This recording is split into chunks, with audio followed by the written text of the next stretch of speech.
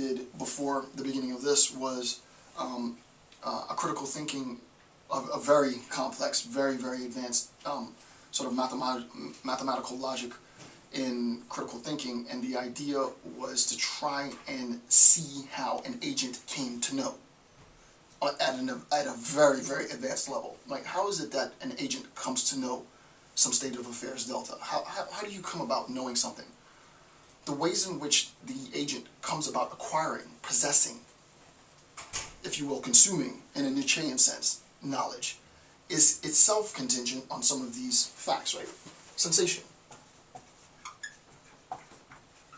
You have to see, hear, touch, taste, smell things in the world. Our body is going to become very, very important, almost seminal, almost essential in this lecture series.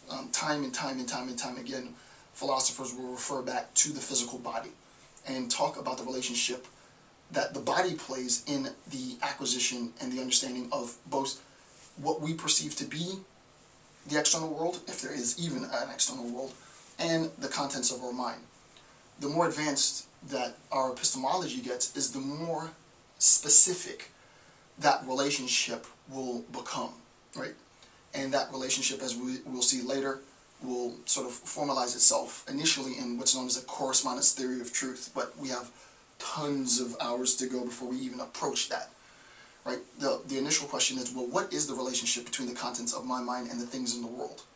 Some people will explain that in terms of correspondence, some people will deny that, some people will more seek an internalized understanding of our knowledge. Irrespective of the fact, sensation is going to play a huge role. Perception. Perception is important, right? Perception and sensation, I could make very, very nuanced distinctions between sensation and perception, but there's no need to go overkill. The idea is, insofar as we're sensing something, that data is being internalized. We can experience it. I recognize it's cold, but I might not acknowledge the fact that it's cold. When I'm perceiving something, not only am I sensing, not only is that information being internalized within the physical body, but I'm cognizant of the fact, right? So it's one thing to see an image, to see a color. In this lecture series, I'm going to talk about the color red a lot because that comes up quite a bit throughout most of the epistemological examples. Your perception of color is one easy way of talking about this. The perception of color, however, is not just the sensation. It's not just the reception of the sense data, but it's a recognition that it's the interpretation of the sense data as being of, sort of within the linguistic community, as being defined as red. Again, I'll get to this later in more detail. Deduction and induction. D-E-D-U-C. Deduction and induction. Alright, we're going to talk about the distinction in knowledge between deductive state of affairs with respect to your understanding of the world, and inductive, right? Deduction, the assumptions made based on some premises or some hypotheses, and the conclusions derived from sort of rigorous logical formulation from those assumptions.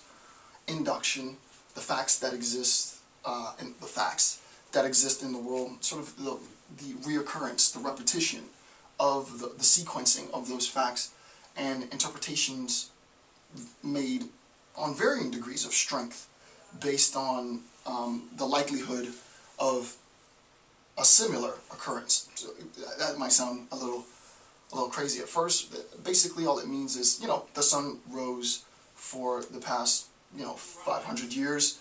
What's the likelihood that the sun will rise tomorrow? Well, it rose for 500 years. It's probably likely that it's going to rise tomorrow as well.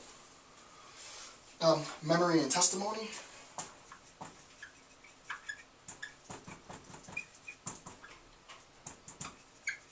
Right, memory and testimony. We saw the role that testimony, telling, played in video 42 of my critical thinking series, right? It being telling, testimony played an essential role in the acquisition of knowledge for Rumsfeld, right? Rumsfeld came to know delta specifically because he was told the state of affairs by Frank, right? Frank tells Rumsfeld delta, therefore Rumsfeld knows delta. Testimony played a huge role in the acquisition of knowledge. So we'll talk about that. And then lastly, and I don't in any sense expect this to be exhaustive, this is just a preview. This is the first video, so this is just a preview. And then lastly, belief. Belief and intuition. Belief and intuition. With respect to belief, the one thing that people probably know of, if you've had any introduction to philosophy at all, is JTB, right? Justified True Belief, the Gettier problem and such. And we'll visit all of those concepts much later in the series. The idea is, don't make assumptions based on the little bit of information that you've heard or that you've read with respect to belief. It's not as simple as you think. For me, epistemology is probably, it's on par with logic as far as I'm concerned, because the formulation of your concepts, which this is where it's going, right? I'm hoping at the end of this series that the formulation of the concepts that you're able to think of, which doesn't sound like it's a very powerful thing, will be more rigorous, will be more informed by notions that you would not have traditionally embraced, right? You might not traditionally embrace a belief, a system of belief, an ideology, but the idea is based on an open mind and keen perceptive abilities. You will be able to transform the nature of your belief continually. The hardest bit in epistemology, I believe, and this is just my personal belief, but it's my series so I can put emphasis where I want, is this, right? Intuition. Intuition is really difficult, right? Because we're talking, and once I introduce sort of solipsism and the problems of solipsism, an intuition is a very personal, at least in a general sense. This is the assumption, right? And again, I'll talk about this in more detail later, but an intuition is a very personal state of affairs, right? It's my feeling, my gut feeling. My gut tells me X. Nietzsche talks about this a little bit, right? Kant talks about this a lot. The idea is, how do we conceptualize a gut feeling that some have definitely demonstrated to be a means with which they access knowledge? That's really difficult, right? Because what works for you might not work for me. How do we conceptualize the intuition? Right? How do we take the intuition from an instantiated state, meaning an individual state, and generalize it so that everyone can access it? This is probably one of the most difficult things to do in epistemology, because you're trying to generalize based on one instance or a few instances. It's a very, very difficult thing to do. There's a lot of assumptions and misconceptions with respect to intuition and the role that intuition plays in knowledge acquisition, but we'll again look at this in great detail later. All right, so what are some of the goals? These are just a few of the goals that I'll have for this lecture series. Again, the main goal, the overarching goal, is to get you to a point where you can read information in the world, you can observe information, you can sense information, you can perceive things. You can compile all of these sort of disparate pieces of disconnected bits, and you can learn how to create a narrative that connects all the bits, right? And validate that with an experience, right? If I can get you to do that by the end of this series, then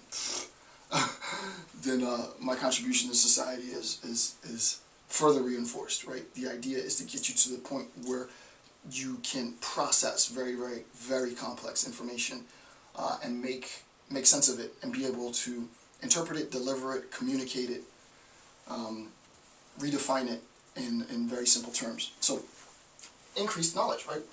The first thing is knowledge for the sake of knowledge.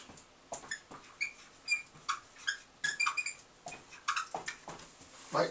The whole goal might be, for some, just to say that you have more knowledge. The majority of people who watch my videos are already themselves very, very educated. Right?